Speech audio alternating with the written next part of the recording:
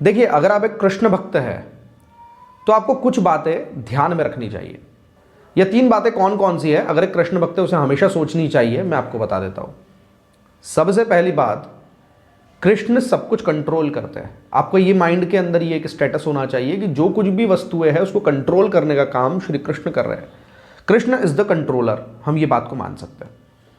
कृष्ण हर एक बात को, हर एक सिद्धांत को, हर एक परिस्थिति को कंट्रोल करते हैं। अगर हम ये बोल रहे हैं कि एक कली का फूल में बदल जाना, यह कंट्रोल भी कृष्ण के हाथ में है, और पृथ्वी के अंदर प्रलय का आ जाना, यह कंट्रोल भी कृष्ण के हाथ में है। तो छोटे से छोटा कंट्रोल और बड़े से बड़ा कंट्रोल श्री कृष्ण के हाथ में है। यह बात हमें पहले पता होनी चाहिए कि Krishna is the controller, Krishna controller है।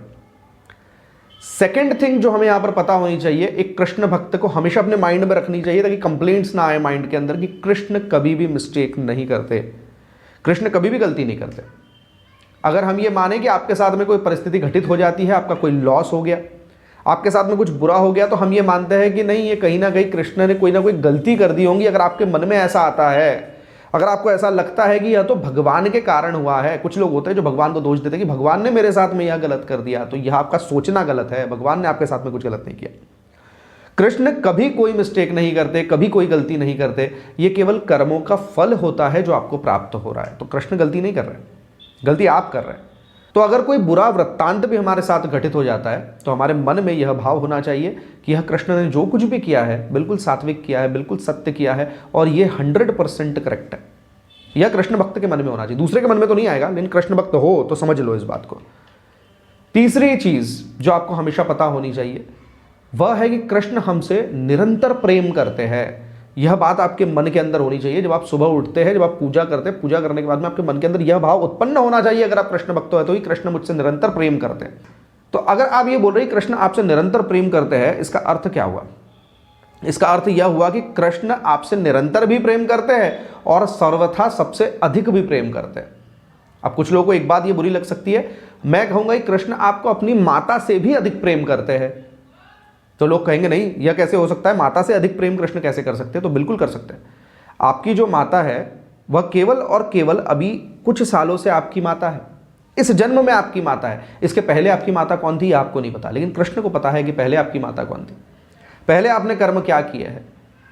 आप माता से, माताएं आपकी परिवर्तित होती गई, लेकिन कृष्ण तो वही है, इसलिए कृष्ण आपको सर्वथा अधिक प्रेम करते हैं। यह बात भी आपके मस्तिष्क में होनी चाहिए।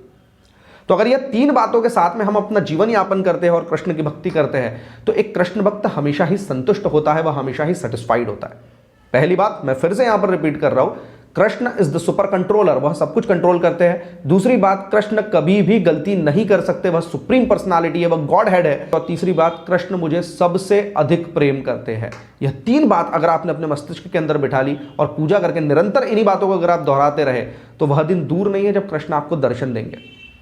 और एक बात को आप मान लीजिए कि कलयुग हो या कोई भी युग हो, उसके अंदर भगवान के दर्शन करना बिल्कुल सुलभ है। अगर आपको ऐसा लगता है कि नहीं कलयुग में भगवान के दर्शन नहीं होते, आप पूरी डिटेल उठा लीजिए। पिछले समय के अंदर ये भी कलयुग के अंदर जिन जिन लोगों को दर्शन हुए हैं, वह है मीराबाई, नामदेव जी, इन सबको कृष्ण के दर्शन हुए। कबीरदास जी अगर हम बात करें तो उनको भगवान का साक्षात्कार हुआ है। अगर हम बात करते हैं तुकाराम महाराज, तो कृष्ण का साक्षात्कार हुआ है। अगर हम बात करें पुंडरीक जी की, तो विट्ठलनाथ जी स्वयं उनके लिए आ गए। तो यह कहना आपका बिल्कुल गलत है कि कलयुग के अंदर भगवान के दर्शन नहीं होते। कलयुग के अंदर भी भगवान के दर्शन होते हैं, केवल आपको समर्पण की आवश्यकता है। और यह 3 भाव आपके मन के अंदर अगर आ जाते हैं तो आपके मन के अंदर समर्पण स्वयं ही उत्पन्न हो जाएगा। राधे राधे।